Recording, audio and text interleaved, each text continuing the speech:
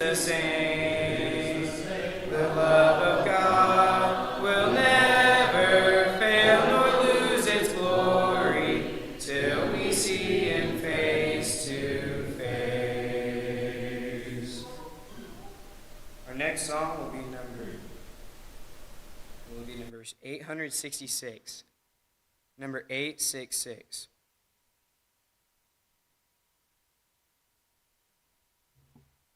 I will call upon the Lord, who is worthy to be praised. So shall I be saved from my enemies. The Lord liveth, and blessed be the rock, and let the God of my salvation be exalted. The Lord liveth, and blessed be the rock, and let the God of my salvation be exalted. I will call upon the Lord, who is worthy to be praised. So shall I be saved from my enemies. The Lord liveth, and blessed be the rock, and let the God of my salvation be exalted. The Lord liveth, and blessed be the rock, and let the God of my salvation be exalted. I will call upon the Lord.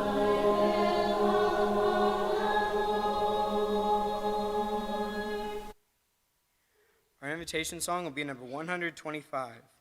Number 125. And before the lesson, we'll sing number 500. Number 500.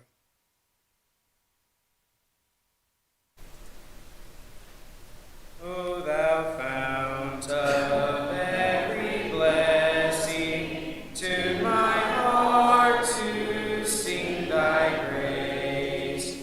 Streams of mercy never ceasing, call for songs of loudest praise.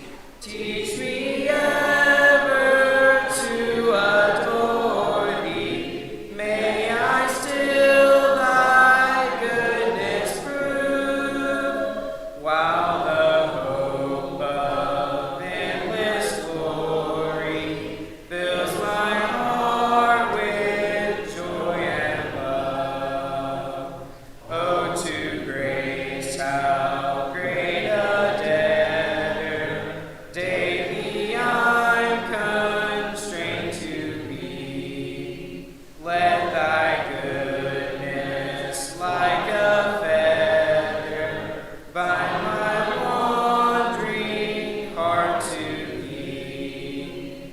Never let me wander from thee. Never leave the God I love. Here's my heart, oh, take and seal it for thy courts of love.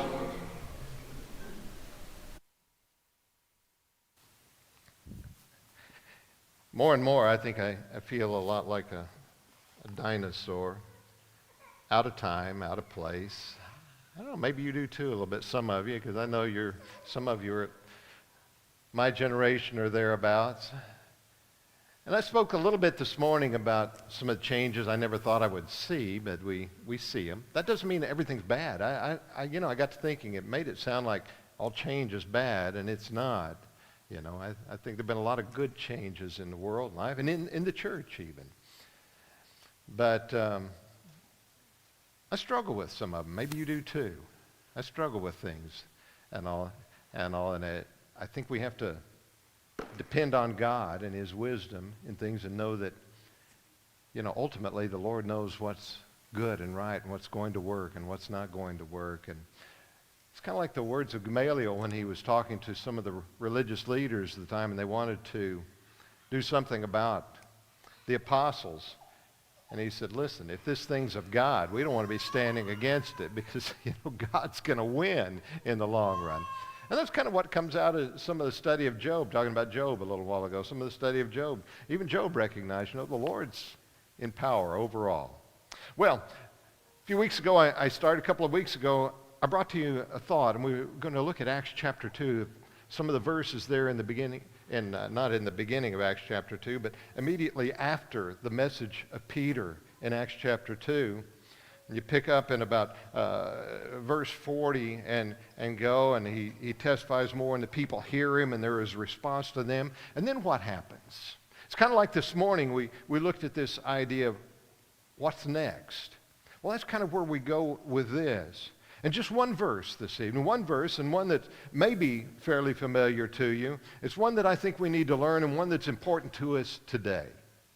Acts chapter 2, verse 42 is the idea of continuing. Listen to the verse, and we read it together. Acts 2 and verse 42. And they, those people who responded, you go back to the earlier verses, those 3,000 people, and they, including the apostles, continued steadfastly in the apostles' doctrine and fellowship, in the breaking of bread, and in prayers. Pretty simple and straightforward. But there's a real importance to this, and I want us to get to it. We've often heard that if a thing is worth doing, it's worth doing right. That's a pretty good adage, isn't it? If it's worth doing, let's do it right. But many times we begin a thing and we think we want to do it. We want to do it a certain way, but somewhere along the line it kind of loses its luster. We lose our interest in it or whatever it might be, and it just, it gets harder and harder to hold on to that enthusiasm or that desire to do a thing. It's because our vision is somewhat incomplete. We can't really see what's coming down the road. We look at a thing and we think, man, that's what I want to do. It's kind of like seeing that beautiful, expensive new car, and you look at it and say, man, I want that so bad, and you're driving that old Heap you're driving that old 1981 Monte Carlo that's been wrecked 3 times, got 4 different colors of paint on it because you can't afford to get it painted right and everything, and you're driving it down the road, and you're just embarrassed to be in it, and you think, man, I'd like to have a new car. So you go out and you buy a new car. And you're paying $787.49 a month for the next 23 years. Well, maybe not quite that bad, but anyway. Some of them more than that per month, but maybe not quite that long. Anyway, and you're going along and you're thinking, the other car got me where I was going. Why in the world am I paying all this money every month? Soon that new car kind of loses its luster. And I can tell you when it really loses its luster was when the kids eat French fries and hamburgers in it and leave them under the seat. Then it kind of, but seriously, you begin to say, maybe this wasn't the best idea. I don't know. That may not be the best illustration, but you kind of get the idea of what I'm talking about. That sometimes you think, this is what I got to do. And then after a little while, it kind of loses that interest that you initially had in it. So our vision is incomplete in that way, and so it's kind of hard for us. And so this idea comes in that we are to be people who are continuing in spite of those things. I don't know about you, but in high school, if you can remember that far back, I know we were challenged to read a lot of things in some of our English classes and so forth. And one of the things that we read was one of the classics, and it was Homer's Odyssey. We had to read Homer's Odyssey. I say we had to. Really, that was one of the classics I really enjoyed reading. It was fun. It was kind of interesting and a lot of fun. And when you read about Odysseus and the things that went on, there was something about that character and his crew that captured the spirit of people that in a way we would like to be. Because here's this great determination to go, to do, to get home and complete all this after the Trojan Wars, to get all this done. And all these things get in the way, and all these marvelous things happen. And I know it's mythical and all of that, but it was just kind of fun, and it captures kind of that spirit. But in the story, he's unwilling to yield. He wants ultimately to get to his place. He ultimately wants to get home. And even when he gets home, he finds that there are obstacles when he gets home to take care of. Once he gets there, still, when you think, I'm here, it ought to be good, and then there's still even more. But you capture in his spirit, he is unyielding. the passing of time and the things that would stray him from his course, he will not really let them completely do it. He fights back and ultimately makes his way back home. And sometimes we look at ourselves and we say, I'm just tired. I'm just tired. I'm tired of fighting this battle. I told you once or twice that a year or two before my grandmother passed away, I happened to be at her house and was talking to her, and my grandfather had been dead for a little while. He'd been dead for, I think, 3 years, and I think she lived about one more year. And he'd been dead for about 3 years, and she said she didn't feel good. She was tired. She couldn't really get out and do things unless somebody came and got her and so forth, and she was tired and worn out. And she said, your grandfather's gone, and I don't know why I'm here anymore. And I said, I don't have an answer to that either, except that I'm really glad that you're still here. Sometimes we want to give up on things, but there are others that are still looking at us, still drawing from us, and still wanting to see something good in us. And I was glad she was around for another year or so. In fact, I was with her the week before she died. The week before she died of pancreatic cancer, and she was just shy of her 94th birthday. And as I was there that week, my sister and some others were there, and we had the best evening. We laughed and we talked together. And I remember she still had that vitality of spirit to her. While the bedrooms were full of people, and I was going to sleep on the floor of a den that was just right outside of her bedroom. And I was pulling cushions off of a couch and putting some blankets down. I was going to sleep on that. That's when I was a lot younger and could do that kind of thing a lot better. And I remember she was... My mother, my aunt had helped her get into bed, and she was into bed, and she was looking at me in there, and she said, now, Russ, if you'll do so-and-so, it'll be a lot more comfortable. If you'll do this, now go in there and get that. And she was still in charge. She was still telling me what to do. Here she is, a few days away from passing away, and she's sick as she can be, and she's still got that spirit about her. I don't think we have to fully surrender that, do we? Odysseus didn't. I think we need to look at ourselves and see ourselves in a better light. Maybe it's not the best illustration of it, but I really like Mariah Carey's song. If you haven't listened to the words of her song, Hero, and I know it's a few years old now, but that song, listen to this. It says, there's a hero.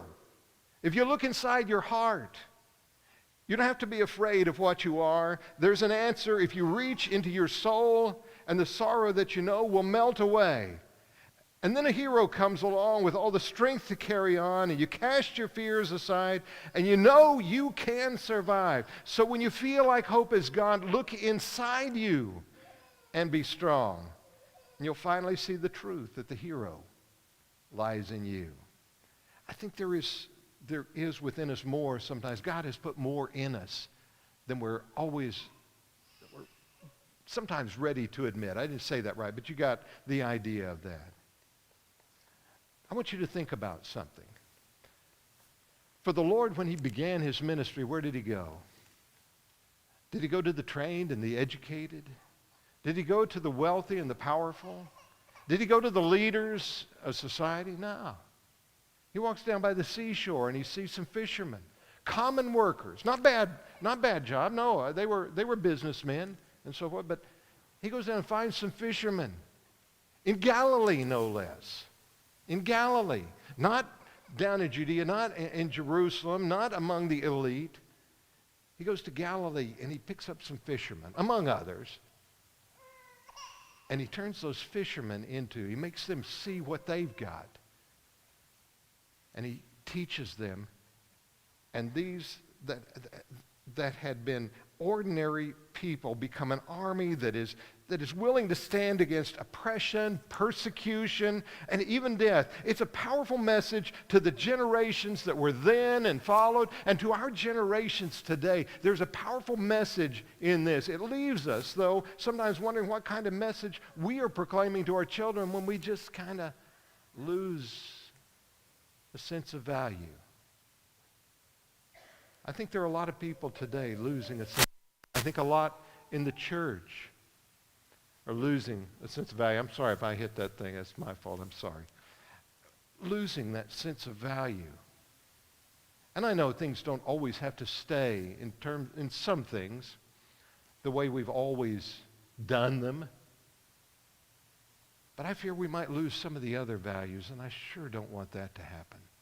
The values of the Lord and who he is, of our desire to do his word, to live by it, to uphold it, to teach it to others, to share it, to apply it to our lives, the benevolent spirit, the caring attitude, the desire to be before him, the desire to worship him in recognizing who and what he is.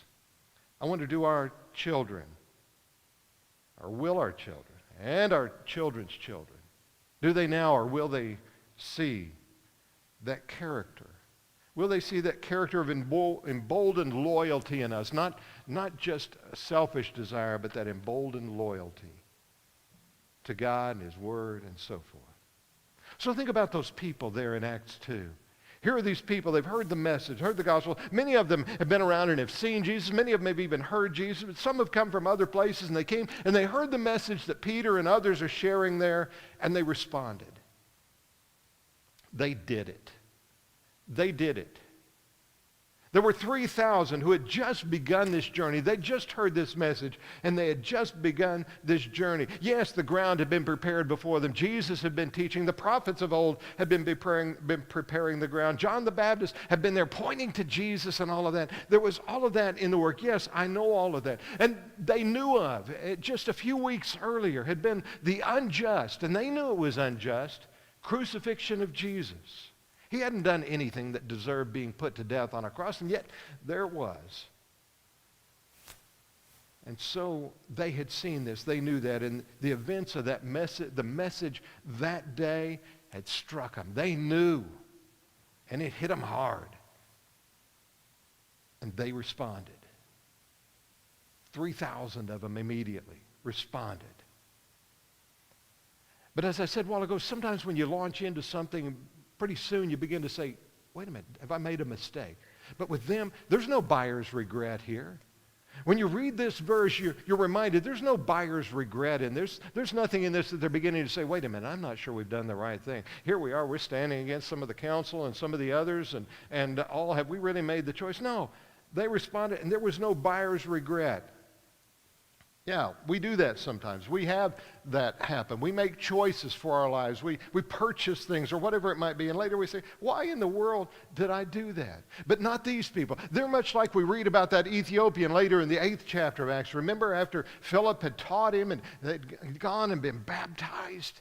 He said, here's water. What does hinder me from being baptized? He and Philip went down into the water. He baptized him there in the water and went up. And remember what it says? And he went on his way rejoicing. I think that's what we're finding in these people here.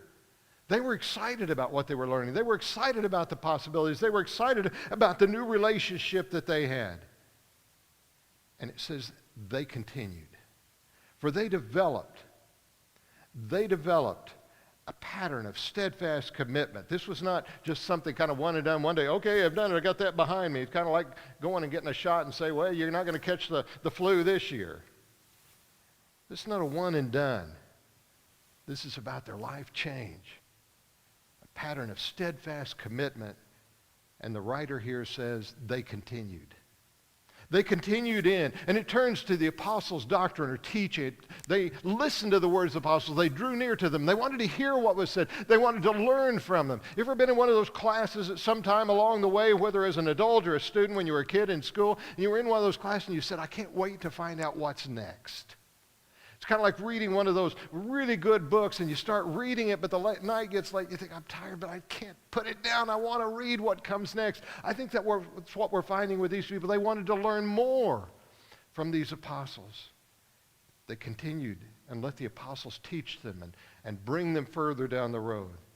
And they continued in fellowship, the sharing with the apostles and with one another. They had a commonality, and they drew together, and they were part of one another, and they had this bond that was building them together, and it was a sharing situation, a sharing of listening and returning and drawing and giving back,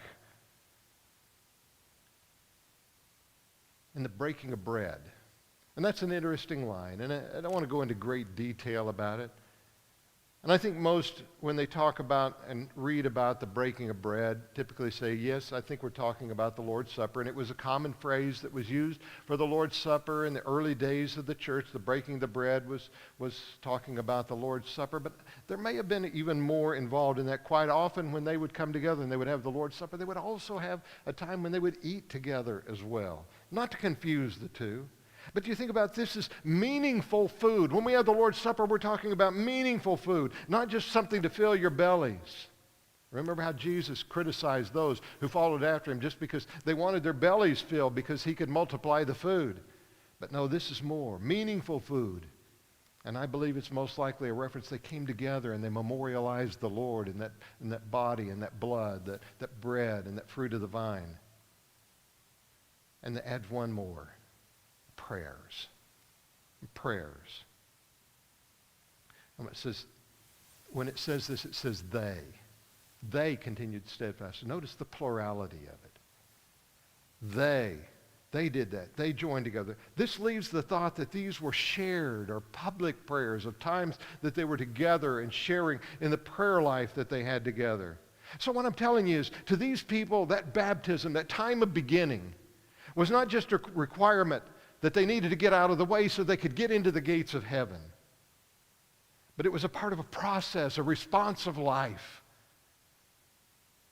A life that was committed in faith to the Lord. That's what they did. That's what this continuing is about. So let's turn it to you and me. Let's turn it to you and me. And I think we understand it. And I know I'm talking to a group of people that came out on a Sunday evening.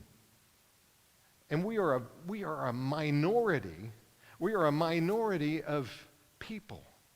A small number. When you consider the numbers of people, we are a small number who are desirous or willing to come out on a Sunday evening to share a few thoughts from God's Word together. But let's think about that idea of continuing. We're here. We're a part of this. Think about it, what it means to us. If you read what John records in the Revelation, in chapter 2 and verse 10, it says, faithful unto death. And if you put the word continuing out there, add to it the idea of faithful unto death. It means all the way. All the way. When you think about Jesus in Philippians 2, he became obedient. Obedient unto death, even the death on the cross. When you think about continuing, there's no point to say, okay, it's 10 a.m., time for my coffee break. I don't care how many people are in line. You're going to have to wait till I get back. Oh, that's just at the grocery store. I'm sorry. But I'm just teasing. Most of the time they don't do that. But isn't that something of the attitude? How long have I got to do this? How long have I done? When do I get my break? When do I get to take a break from this? When does the burden get off of my back and onto somebody else? When have I done enough and now it's somebody else's turn to take the load? When did, faithful unto death. It's the commitment of a lifetime. Yeah, see, one of my greatest revelations in life was when we took Josh home.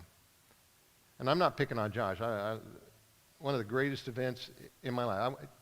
Can I stand up here and say I've made fun of him enough in the last 41 years? Made enough fun of him. I'll do some more later, but I made fun and teased about it. But one of the greatest revelations in my life was when he came into our lives, when he was born to us. One of the greatest exciting moments in my life, one of them. And when I realized he was ours permanently. This is not a puppy dog that lives for a certain length. This is not a hamster that's gone after 2 or 3 years, This is somebody in your life permanently, 24 hours a day, 7 days a week. And sometimes it was a real burden when you're rocking a newborn baby at 2 and 3 and 4 o'clock in the morning. You can't get them to quit crying, and they get colic, and their diapers are messy, and they're always hungry, and then they don't want what you got to give them, things like that. There are a lot of things, but I wouldn't change a moment of it. But when I realized it was permanent, that's the way it is. The commitment of a lifetime. And they continued steadfastly, it says. They didn't let go. This is not something that's, oh man, Okay, I'll still be there. I'll be all right. I'll be in it. The commitment of a lifetime. But you think about how we are in so many things. Let me share just a few of the things. You can see them listed up there, and this is just a few of the things. I just kind of made a little list, kind of an evidence of our times and the way we go about commitments this day. I mean, marriage has got to be at the top of the list. There's a big article in the paper today about Oklahoma and where we place in divorces and marriages and things like that. And so I throw that in there. And there's no doubt the divorce rate is high. Yeah, there are some real problems out there, and some people don't deserve to be married. There are things like that, I understand. But when you see what the divorce rate is, what it tells us that in our society there are a lot of people that are not ready to go into a marriage and live it for the rest of their lives. You know, the preachers used to say, until death do us part. Now they say, until we get out of the building. I shouldn't make fun of that. But it's an example of one of our struggles. I don't think people go into marriage thinking, I'll do this for a little while. I think they go in with the thought, I'm getting married. And then sometimes things don't go the way you think they ought to, but that divorce rate tells us that people in general are not always ready to make that kind of commitment. And jobs, careers, jump from one to the other. You know, if this one pays a little bit more, the hours suit me better, I just don't like this one anymore. And so when we go from this to this to this, several years ago, I think it was more than 20 years ago, the average person changed jobs at least 7 times. I've got an idea that it's probably a lot more than that now. 7 times in their lives. And what about politics? I don't really need to say any more about that, because that's really more about power than about good or right for people or so forth. And I'm getting kind of cynical here, aren't I? But you understand what I'm saying. Our commitments. And I couldn't help, I started not to throw the last one in, but I put in there professional and college sports. What happened to the team? They used to say there's no I in team. Now it should say the I is more important than team. Isn't that where we live? It is where we live, isn't it? I'm right, aren't I? The I is more important than the team. Wow. Well, that's beside the point. But all of these things, every one of these things tells something about how we value commitment and continuance. Continuance and loyalty, my friends, are very real. But we should not confuse them with foolishness. They should not be confused with foolishness. Because foolishness may be defined as paying a cost or making a sacrifice that is greater than the value of what is received. That's what Paula did. She made a commitment, and the value of it was not as well. Anyway, that's on her. When we pay a lot more for something than it deserved, that's kind of foolish, isn't it? But it happens sometimes. But just because we hang in, we hold on to something, does not necessarily make that right either. You say, well, what about these same Christians? Here, a little bit later, you go over to the 8th chapter. Go into the 7th chapter, and Stephen is put to death, and the persecution arises with Saul of Tarsus. We get into the 8th chapter, and we find some of those Christians no longer staying in Jerusalem. They're running out to the countryside, to other places, to here and there, and going other places. In fact, in the 4th verse, it says they were scattered abroad. Shouldn't they have stayed right there, been stand up and say, we're the Christians, put us to death if you want to? But they didn't do that. They took off. But I didn't give you the rest of the verse, did I? They that were scattered abroad went everywhere preaching the word. Sometimes discretion truly is the better part of valor. Sometimes it means stop and think a little bit. Realize this, what can be done. There's more to it than just standing and stubbornly saying, I'm going to be where I am no matter what. And while we think about that, we often associate faithfulness with church attendance, worship attendance, if you will. And I truly believe that church and worship attendance is valuable. And people that disregard it, whether we're talking about Sunday morning, Sunday night, or whatever we're talking about, if they disregard that the church is assembling and make it not something of value, they have disregarded the church and other Christians and said, you don't have that much value in my life. But what I'm telling you, it is only one aspect of loyalty. Yeah, it may tell a lot about some of the others, but it is only one aspect of loyal continuance. It is important, but it is one aspect. If I was going to add an addendum, probably if that one's not important to you, others will not be. So what I'm going to give you this evening, I want to give you this because loyal continuance is something. Loyal continuance is something. You've already read ahead of me. You can already see it here. Loyal continuance is something. It is learning and growing in the teaching of the Scriptures. Hebrews 5 talks about how we should have advanced, those Christians there should have advanced more than they have. While they were still babies, they should have grown up and matured, but he said they hadn't matured. And then he goes on into the 6th chapter and said we need to mature and move on beyond the fundamental basic ideas and grow in our understanding. We need to go from milk to meat is the illustration that he uses there in writing in Hebrews. Learning and growing in teaching of the Scriptures, drawing on the teaching of the Scriptures. That's why we have classes here. At least twice a week we have Bible classes and we gather together because we want to learn and grow in them. You can do that at home as well. You can grow in studying God's Word. That's why we emphasize and encourage people to read your Bible and study it daily. Loyal continuance is in learning and growing in the Scriptures. Secondly, sharing our lives in a mutually beneficial way. Not just coming together, being a part of one another's lives. How can we benefit the lives of those who are around us? How can we help others around us? That's a little bit of what I was talking about this morning, of being aware, but sharing our lives in a mutually beneficial way. As, again, the Hebrew writer writes in the 10th chapter, in verse 24 and 25, let's see how we can stir and provoke or lift one another to love and good works, and not avoid or forsake the assembling together of one another. And I know we've often associated that with meeting on Sunday morning, but it's bigger than that. It's bigger than that. Let's not forsake the getting together, the assembling with one another. And much more as we see the day approaching, when the opportunity is there, when the Sunday arrives, or whatever it might be. And then thirdly, loyal continuance is coming together for the sharing of the bread. If you've been around me long, you've heard me say that. The driving force that brings us to be here specifically on the first day of the week is the Lord's sacrifice and honoring and remembering it in the breaking of the bread. Other things we can do anytime, but we come together to break the bread on the first day of the week, to remember and honor the Lord, to remember what he did, and to be reminded of that great sacrifice, that body and that blood. Coming together for the sharing of the bread.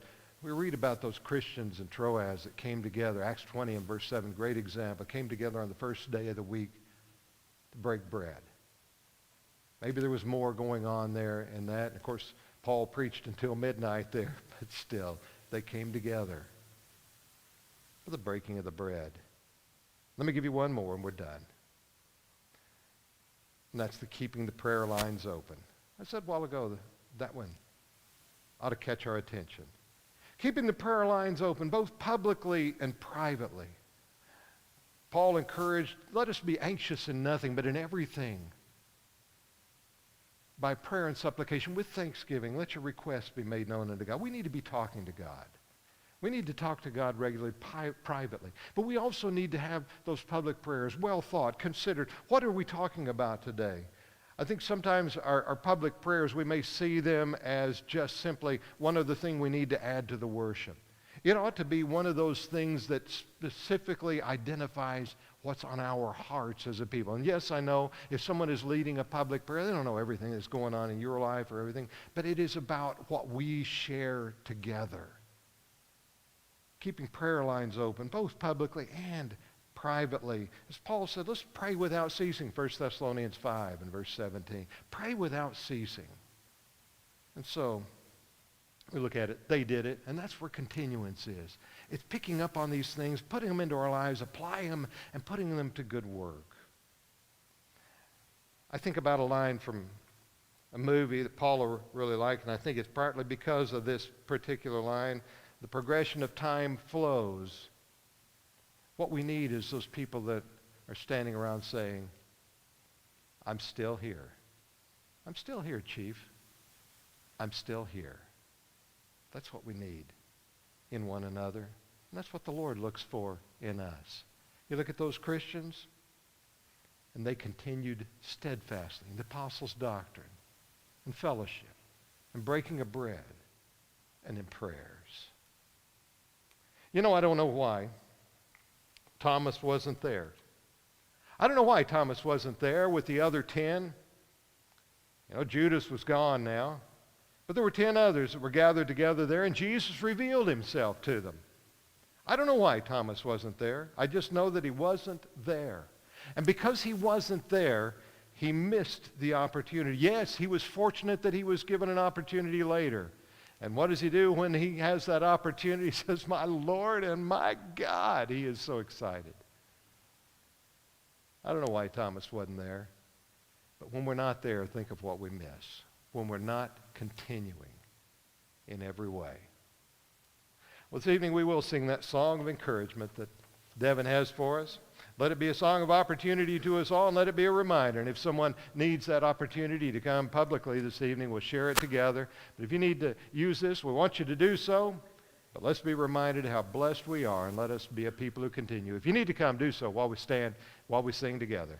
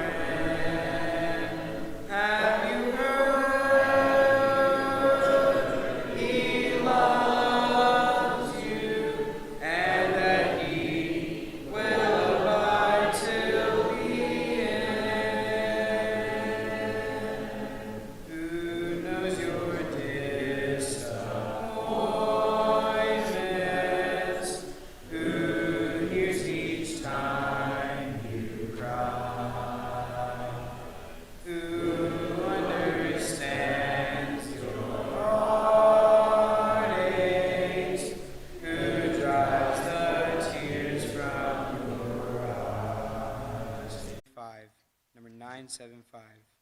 After this song, we'll be led in our closing prayer.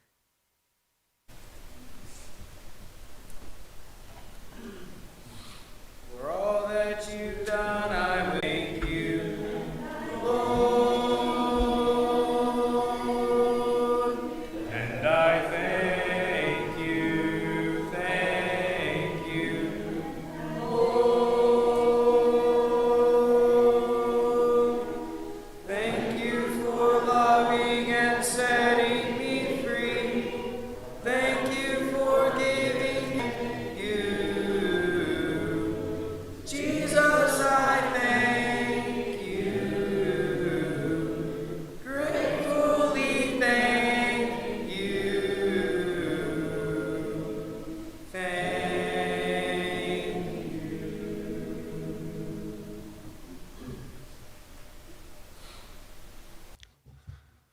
Holy Father, we humbly approach you now, Father, seeking your blessings and your love and your mercy, Father. Thank you for the time we've had together today, Father, that we worshiped